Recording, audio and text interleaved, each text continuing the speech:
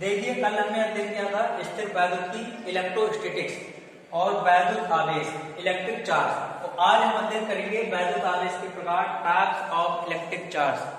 तो वैद्युत आवेश के प्रकार के बारे में अमेरिकन वैज्ञानिक बेंजामिन फ्रैंकलिन ने इसका अध्ययन किया है। उन्होंने क्या अध्ययन किया है? उन्होंने दो प्रकार की रॉड ली, एक उन्होंने प्लास्टिक की रॉड ली, एक उन्होंने कांच की रॉड ली। जब प्लास्टिक की रॉड को कपड़े से रगड़ा और कागज के छोटे छोटे टुकड़ों के पास ले गए तो कागज के टुकड़े उस पर क्या हो गए? आकर्षित हो गए। ठीक उसी प्रकार से उन्होंने कांच की रॉड ली, जब कांच की रॉड को भी कपड़े से उन्होंने रगड़ा और रगड़ने के बाद में कागज के छोटे छोटे टुकड़ों के पास ले गए तो कागज के टुकड़े क्या हो गए? आकर्षित हो गए। ठीक, ये कल हम डिस्कस कर चुके हैं कि जो आवेश होते हैं वो हमारे दो प्रकार के होते हैं, एक तो प्लास्टिक पर आया था, एक हमारा कांच पे आया था। अब इनका नाम रखना है और नाम उन्होंने बेंजामिन फ्रैंकलिन ने किस हिसाब से रखा है? जब उनने कांच और प्लास्टिक की रॉड को रगड़ने के बाद में जब उन दोनों को मिलाकर लाए, मिलाकर लाने के बाद में जब अलग किया, अलग करने के बाद जब कागज के टुकड़ों के पास मिले गए तो ये दोनों कागज के टुकड़ों को आकर्षित नहीं करती हैं। तो बेंजामिन फ्रैंकलिन ने क्या देखा कि ऐसा ये होता क्यों है?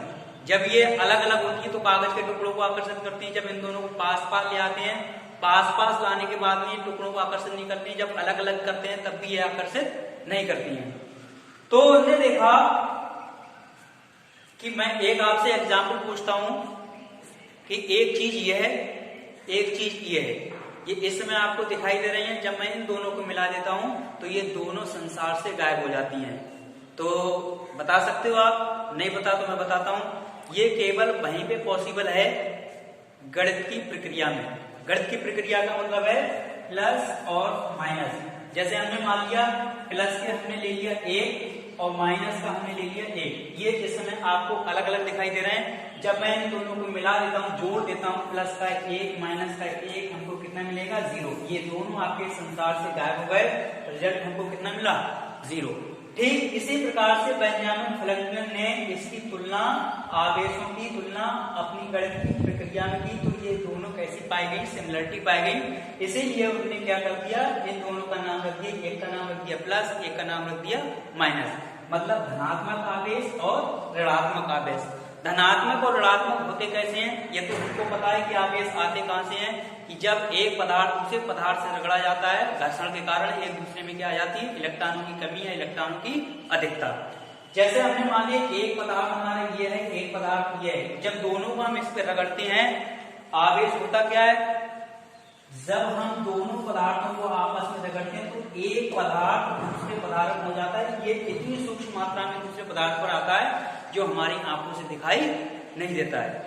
तो जो पदार्थ रगड़ने का पश्चात दूसरे पदार्थ पर चला जाता है, जो रगड़ने के बाद एक पदार्थ दूसरे पदार्थ पर चला जाता है और जिससे ये जाता है उस पर तो प्लस का चार्ज आता है और जिस पर पहुंचता है उस पर आ जाता है माइनस का चार्ज। कहने का मतलब मैंने मान लिया, मैंने आपसे 2 रुपए लिए उधार। अब मैंने 2 रुपए उधार ले लिए, मैं आपका क्या हो गया? ऋणी हो गया। आप क्या हो गए? धनी हो गए। तो कहने का मतलब है ये आपका ऋण हो गया और ये हो गया आपका धन। जिससे चार्ज, जिससे हमारा पदार्थ जाता है, जिससे पदार्थ जाता है और ज्यादा कहीं पे पदार्थ जाता है और जिससे पदार्थ जाता है उस पर पॉजिटिव चार्ज और जिस पर पहुंचता है उस पर आ जाता है माइनस का चार्ज। तो इसीलिए एक का नाम प्लस, एक का नाम रख दिया माइनस। तो जिस पर प्लस चार्ज आता है उस पर इलेक्ट्रॉनों की हो जाती है कमी, क्योंकि इसने इसको दे दिए। अब इस पर आ गए ज्यादा तो इस पर इलेक्ट्रॉनों की क्या हो गई? अधिकता। केमिस्ट्री में आपने पढ़ा होगा, जैसे हमने मान लिया सोडियम पर लगा हुआ है प्लस, तो इसका मतलब है इस पर एक इलेक्ट्रॉन की क्या है? कमी है। जैसे मैंने मान लिया Cl पर, क्लोरीन पर माइनस के माइनस लगे हुए, इसका मतलब है इस पर 2 इलेक्ट्रॉनों की क्या है? अधिकता है। तो यहां से हमारा क्लियर हो गया कि हमारे आवेश 2 प्रकार के होते हैं, एक हमारा धनात्मक आवेश, एक होता है हमारा ऋणात्मक आवेश। ठीक, कल कई बच्चे कमेंट्स करके पूछ रहे थे कि सर इसकी आप डेफिनेशन भी लिखवाते चले। तो डेफिनेशन मैं आपको लिखवा देता हूँ, सभी की जो टॉपिक हमारा क्लियर हुआ है। तो सबसे पहले हेडिंग आप अपनी डाल दें, पहली यूनिट से ही स्टार्ट कर देते हैं। पहली यूनिट आपकी है स्थिर वैद्युत की इलेक्ट्रोस्टैटिक्स। हेडिंग डालने इसको भाई। तो लिखिए स्थिर वैद्युत की। ठीक है, ज्यादा मैं फास्ट हो रहा हूं तो आप वीडियो को रोक रोक के भी लिख सकते हैं। तो तो स्थिर वैद्युति के बारे में कल भी आपको बता चुका हूँ। इलेक्ट्रोस्टैटिक्स दो शब्दों से मिलकर बनी हुई, इलेक्ट्रो प्लस स्टैटिक। इलेक्ट्रो का मतलब होता है आवेश और इसका मतलब होता है स्थिर। स्थिर आवेश, स्थिर आवेशों का अध्ययन हमारे क्या कहलाती है? स्थिर वैद्युति। देखिए भौतिक विज्ञान की वह शाखा, भौतिक विज्ञान की वह शाखा जिसके अंतर्गत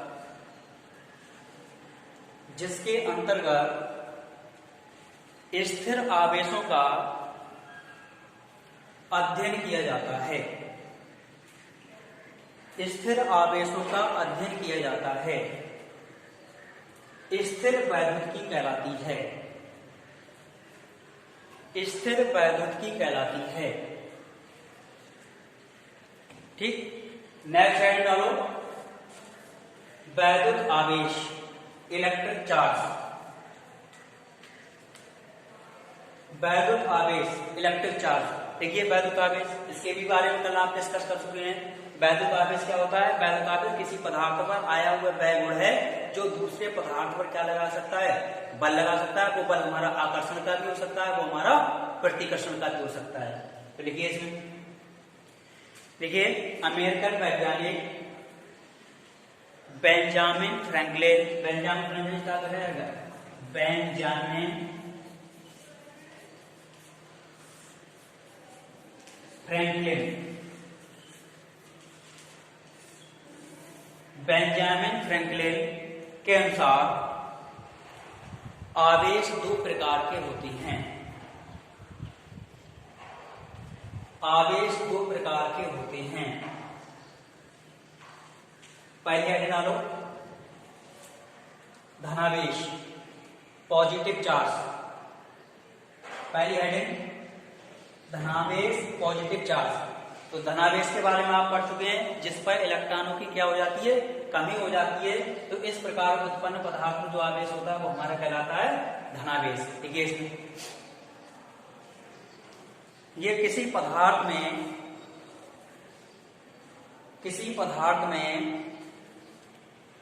इलेक्ट्रॉनों की कमी के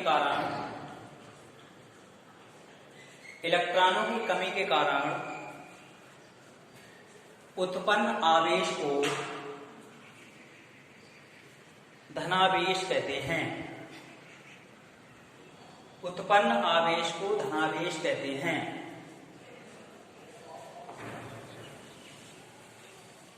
नीलांश लाइए, दूसरी हेडिंग डालिए, ऋणावेश, निगेटिव चार्ज।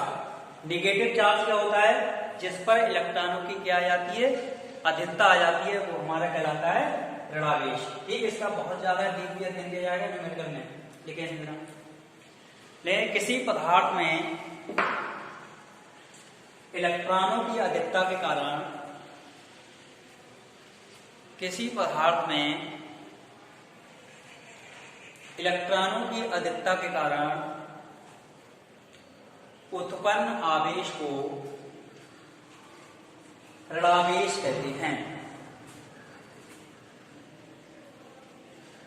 ऋणावेश कहते हैं। नीलांश लिखिए, वैद्युत आवेश को स्मॉल क्यू से प्रदर्शित करते हैं। वैद्युत आवेश को स्मॉल क्यू से प्रदर्शित करते हैं। फ्रैंकलिन दिखाई नहीं दे रहा, मैं यहाँ पे लिख दे रहा हूँ नीचे।